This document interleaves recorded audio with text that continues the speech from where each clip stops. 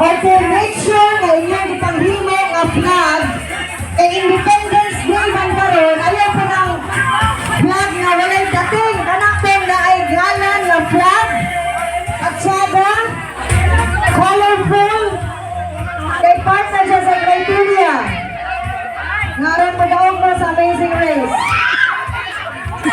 Each team designs a mini flag with symbols representing love, faith, and family. Pagkahumanin niyo pag-design sa inyong flag na dunay love, faith, family symbols, immediately run to the finish line.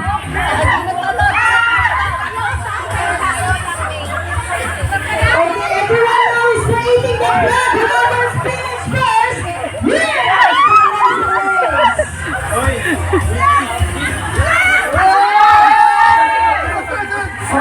almost finished na ang love team, nilalang sa likod, nilalang sa likod. Ang likod na siguro na sila.